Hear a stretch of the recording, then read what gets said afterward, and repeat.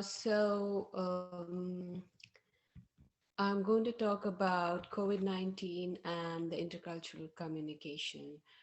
Um, the COVID-19 pandemic has made it necessary for the world to come together to fight against the virus.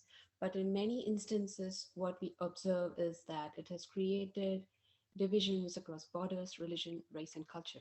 It has impacted the way we interact and communicate and has led to a rise in incidents related to xenophobia, racism, prejudice, stereotypes, and discrimination.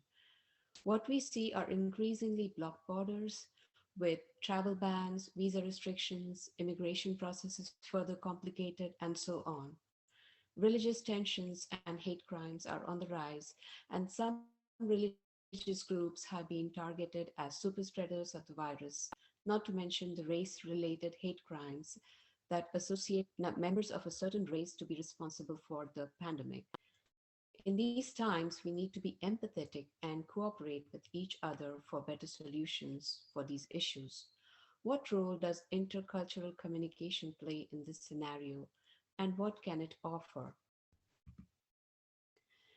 Despite the World Health Organization efforts to discourage using specific people, places, or animals to name infectious diseases, there has been a continued use of the terms like Spanish flu, Mexican swine flu, Ebola virus, and most recently, the Wuhan virus.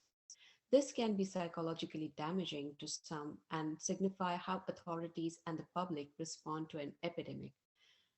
What you see here is the front page of a Montreal newspaper showing Justin Trudeau dressed in traditional Indian religious clothing amid concerns over the Indian variant of the virus. The headline reads, "The Indian variant has arrived," which was condemned by some politicians and the South Asian community groups for potentially fueling prejudices. What we see here is, as Hobbes says, promoting an association between foreigners and a particular epidemic, which can be a rhetorical strategy for promoting fear. We also see examples of normalization of xenophobia. In a controversial handout by the University of California, Berkeley, for which it later apologized, xenophobia was listed as fears about interacting with those who might be from Asia and guilt about those feelings, inviting a backlash by critics. The WHO and CDC guidelines are based on building relationship of trust between communicators and audiences, a trust that tells the public that they should believe the communicator. The communicator in this case, however, the University of Berkeley, with a large population of Asian students, is perceived to be normalizing racism and xenophobia. In these circumstances, does what role can intercultural communication play? We can work on research that focuses on threat perception, leadership, individual and collective interests, scientific communication, social context, and stress and coping responses during this pandemic.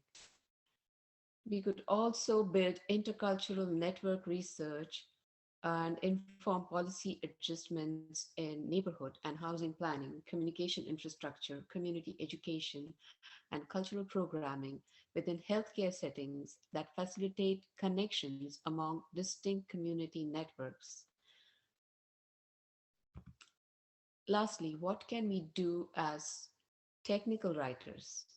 To begin with, we can follow an iterative process for the terms that are used in the context of the pandemic. For example, the term social distancing can be emotive and can trigger painful associations to sections of societies and cultures which have been discriminated and distanced from the mainstream. So, alternative words like physical distancing, or 6 feet can be brainstormed to come to iteratively improve on the coining of the terms. The terms used may also not be practical.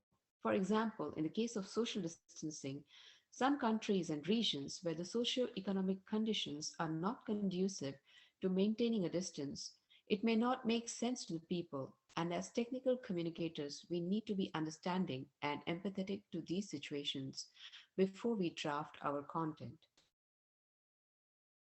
In the light of the issues that were highlighted during the Black Lives Matter movement, many corporations worked diligently in improving on their documentation and the terms they used. For example, GitHub removed the reference to the master branch and encouraged others to do the same and use alternative terms like the main branch.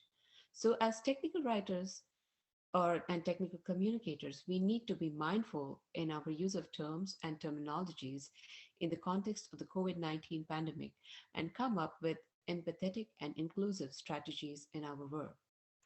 Um, that's all I have to present today, and I'm happy to take any questions.